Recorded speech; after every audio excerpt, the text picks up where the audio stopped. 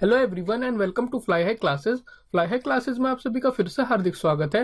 Guys, आज हम discuss करेंगे इंग्लिश ग्रामर में अपना मिसस्पेल्ड वर्ड सीरीज का पार्ट 7। तो अभी तक अगर आपने हमारे प्रीवियस लेसन्स नहीं देखे हैं इनकरेक्ट स्पेलिंग्स पर, तो आप आई बटन पर क्लिक करके भी देख सकते हैं। जैसे कि आप सभी को पता है, ये जो सभी वर्ड्स हम डिस्कस कर रहे हैं ये ना सिर्फ आपकी स्पेलिंग को करेक्ट करने में मदद करेंगे, बल्कि आपकी वोकैबुलरी और उसी के साथ साथ जो सिनोनिम्स वगैरह हैं उनको भी स्ट्रॉन्ग करने का काम करेंगे। ठीक है, तो आप इनको ध्यान से देखते रहिए।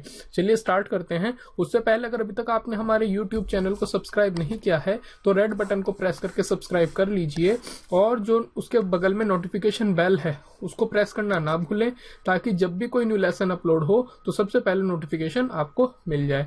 तो चलिए स्टार्ट करते हैं। सो जो फर्स्ट वर्ड है हमारे पास वो है अमोर्फस। ठीक है, ये जो वर्ड है आपको ध्यान से इसको लिख के प्रैक्टिस करना है। अगर इसके मैं मीनिंग की बात करूँ हिंदी में तो वो होता है अनाकार। ठीक है, मतलब जिसकी कोई शेप ना हो या कोई फॉर्म ना हो उसको कहते हैं अमोर्फस। और इसमें मिस्टेक क्या करते हैं, दो तरीके से मिस्टेक करते हैं। एक तो यहाँ पर सिंगल एम आएगा, आप इसमें देख रहे हैं, मतलब सभी लेटर सिंगल हैं, एक तो इससे आप ध्यान रखें। दूसरा यहाँ पर आप डबल एम लगा देते हैं जब मिस्टेक करते हैं, और लास्ट में एमोर्फस में OUS आता है। ठीक है, यहाँ पर U लगा देते हैं। तो ये आपको ध्यान रखना है कि इसको लिख के प्रैक्टिस करें इस वर्ड को आप। सिनोनिम्स की बात करूं मैं तो होगा एक शेपलेस। ठीक है, उसी के साथ साथ एक हो सकता है आपका फॉर्मलेस, जिसकी कोई फॉर्म ना हो, जिसकी कोई शेप ना हो, और एक और हो सकता है आपका इनडिटर्मिनेट। ठीक है, तो ये तीन इसके सिनोनिम्स हैं, आप इनको भी प्रैक्टिस कर सकते हैं। नेक्स्ट जो वर्ड है हमारा वो है अमाउंट। और अमाउंट आप सभी यूज करते हैं, लेकिन गलती इसमें क्या करते हैं कि डबल एम लगा देते हैं यहाँ पर। ठीक है, तो इसको ध्यान में रखना है। मोस्टली ये गलती कुछ लोग कर देते हैं, अमाउंट में सिंगल लेटर्स हैं सभी के सभी। और मीनिंग की बात करूँ तो इसकी हिंदी में हो गया रकम। ठीक है, या फिर आप क्वांटिटी कह सकते हैं किसी चीज की। और उसी से ही इसके जो सिनोनिम्स हैं वो क्या हो जाएंगे आपके, एक तो हो जाएगा टोटल, एक हो सकता है अग्रीगेट, अनदर में बी बल्क। ओके, सो ये तीन आपके सिनोनिम्स हैं जिनको आपको ध्यान में रखना है। उसके बाद जो नेक्स्ट वर्ड है वो है एमनेस्टी, और ये बहुत ही अच्छा वर्ड है, कई बार यूज करते हैं हम इसको। इसका जो हिंदी में मीनिंग होता है वो होता है आम माफी। ठीक है, या फिर ऑफिशियल पार्डन। ठीक है, तो इसमें गलती क्या होती है कि जैसे आपने अमाउंट में की थी वही सेम मिस्टेक हो सकती है कि डबल एम लगा देते हैं यहाँ पर टोन की वजह से। ठीक है, तो इसके जो सिनोनिम्स हैं उनकी अगर मैं बात करूँ तो क्या हो सकता है, फर्स्ट तो आप देख ही रहे हैं वो है पार्डन, और एक और हो सकता है वो भी ध्यान रखना है आपको, वो है रिप्रीव। इसमें भी स्पेलिंग का ध्यान रखना है, ई पहले नहीं लगा देना है आपको। ठीक है, आई के बाद ई आएगा, ये ध्यान में रखना है आपको जब इसको रिप्रीव को आप लिखेंगे। Okay, another word is ambiguous.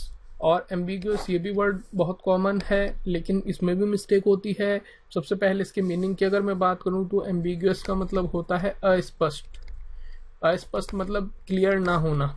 ठीक है, मतलब आपके पास चॉइसेस थी दो अल्टरनेटिव्स के बीच में, उसमें क्लियर नहीं हो पा रहे हैं, अस्पष्ट, उसे कहते हैं एम्बिगुअस। ठीक है, और इसमें मिस्टेक क्या होती है आपकी, यहाँ पर डबल जी लगा देते हैं। ठीक है, तो कई तरीके से मिस्टेक कर सकते हैं। असल चीज है आपकी कि आप वर्ड को अगर करेक्टली स्पेल कर सकते हैं लिख के, तो आपकी सारी मिस्टेक्स ठीक हो सकती हैं। और अगर इसके मैं सिनोनिम्स की बात करूं तो वो हो जाएगा आपका, एक है इक्विवोकल, EQUIVOCL, इक्विवोकल। ठीक है, उसके बाद एक हो सकता है आपका डिबेटेबल। ओके, अनदर में बी आर्ग्यूएबल। तो ये सभी इसके सिनोनिम्स हो सकते हैं। उसके बाद नेक्स्ट वर्ड है हमारा एनेस्थेटिक, और ये जो वर्ड है मेनली आपका यूज किया जाता है मेडिकल टर्म में, यानी कि अगर हिंदी में बात करूं तो बेहोशी की दवाई या चेतना शून्य करने वाली जो एक मेडिसिन होती है, ठीक है, उसे हम कहते हैं एनेस्थेटिक। इसका कोर्स भी होता है एनेस्थीसिया में, अगर कोई मेडिकल फील्ड से है तो आप सबको पता होगा। और इसमें गलती क्या होती है कि इसमें हम देखेंगे, आप यहाँ पर सभी लेटर्स जो है मतलब कहीं भी ए साइमल्टेनियसली रिपीट नहीं हो रहे हैं, ठीक है। तो यहाँ पर गलती क्या कर सकते हैं कि कोई वर्ड रिपीट भी कर सकते हैं और यहाँ पर आई लगा देते हैं, यहाँ पर एनेस्थेटिक, ठीक है। तो ध्यान रखना है एनेस्थेटिक है ये सही, ठीक है। अगर मैं इसको डिवाइड करके पढ़ूं वर्ड को, तो इसको आपको ध्यान में रखना है कि एनेस्थेटिक क्या होता है। उसके बाद जो नेक्स्ट वर्ड है वो है एंशिएंट। एंशिएंट का आप सभी को मतलब पता है, जब आप हिस्ट्री पढ़ते होंगे तो वहां पर वर्ड ये यूज होता है। तो इसका मतलब क्या होता है, प्राचीन। अगर हिंदी में बात करें तो हम इसमें भी गलती क्या होती है, वही ई आई वाली, यानी कि ई पहले लगा देते हैं, आई बाद में लगाते हैं, ठीक है। तो कुछ लेटर्स में मैं आपसे एक इस पे भी लेसन लूंगा कि किन लेटर्स में आई पहले आता है, ई बाद में आता है, और किन में ई पहले आता है, आई बाद में आता है, ठीक है। तो वैसे आप वोकैबुलरी के हिसाब से ध्यान में रखना है कि एंशिएंट में ये वाला वर्ड गलत हो जाएगा, आई पहले आएगा, ई बाद में आएगा। मोस्टली वैसे सभी लोग सही लिखते हैं। और अगर इसके सिनोनिम्स की बात करूं तो वो इम्पोर्टेंट है। एक होगा इसका प्री हिस्टोरिक, ठीक है। एक हो जाएगा आपका प्राइमेबल, अनदर में बी प्रीमिटिव। तो ये तीनों वर्ड आपको ध्यान में रखने हैं, ये इंपॉर्टेंट हैं कि सिनोनिम्स इसके ध्यान हो आपको। उसके बाद नेक्स्ट वर्ड है हमारा एनाटॉमी। और ये जो वर्ड है ये मोस्टली ये भी मेडिकल टर्म का ही एक पार्ट है।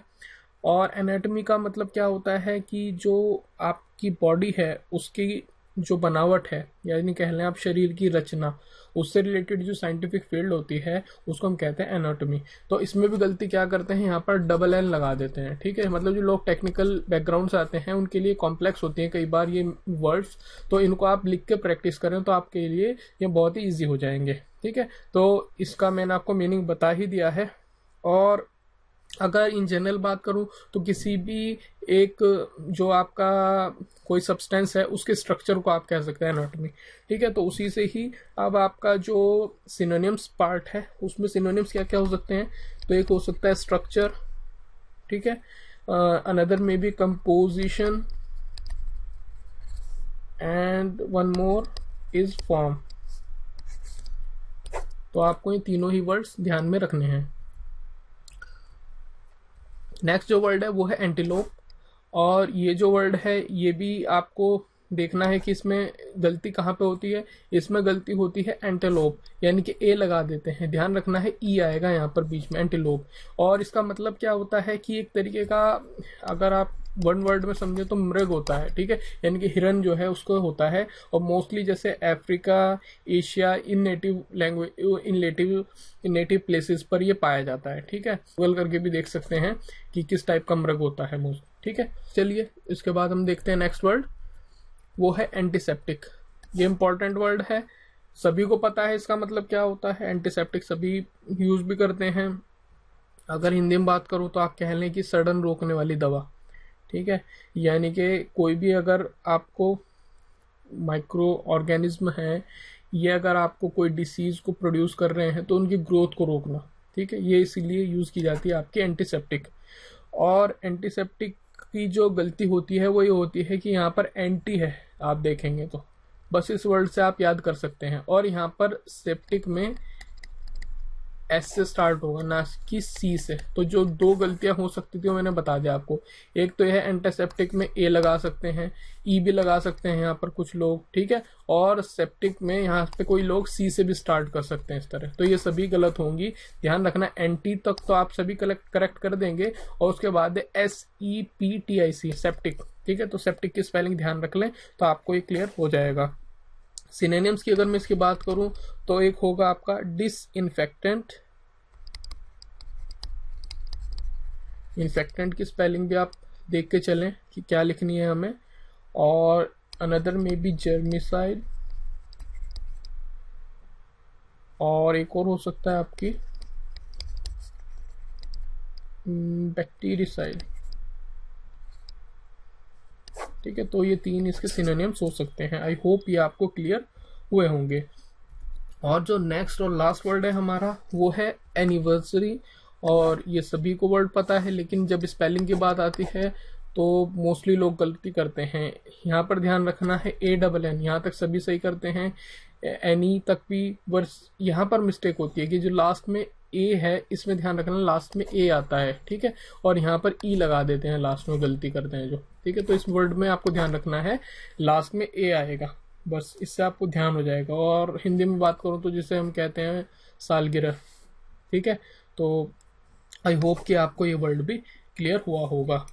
तो हमें बताइए कमेंट करके कि आपको ये लेसन कैसा लगा है, और अगर पसंद आया है तो यूट्यूब चैनल को सब्सक्राइब करना ना भूलें, सब्सक्राइब जरूर करें और उसके साथ में जो नोटिफिकेशन बेल है उसको प्रेस कर दें। लाइक ज़रूर करें, आपके लाइक से हमें मोटिवेशन मिलता है, पता लगता है कि आपको लेसन्स पसंद आते हैं, तो हम आपके लिए और लेसन्स लाने का प्रयास करते हैं। और शेयर कीजिए अपने फ्रेंड्स के साथ में जिनके लिए आप समझते हैं कि लेक्चर इक्वली इंपॉर्टेंट हैं।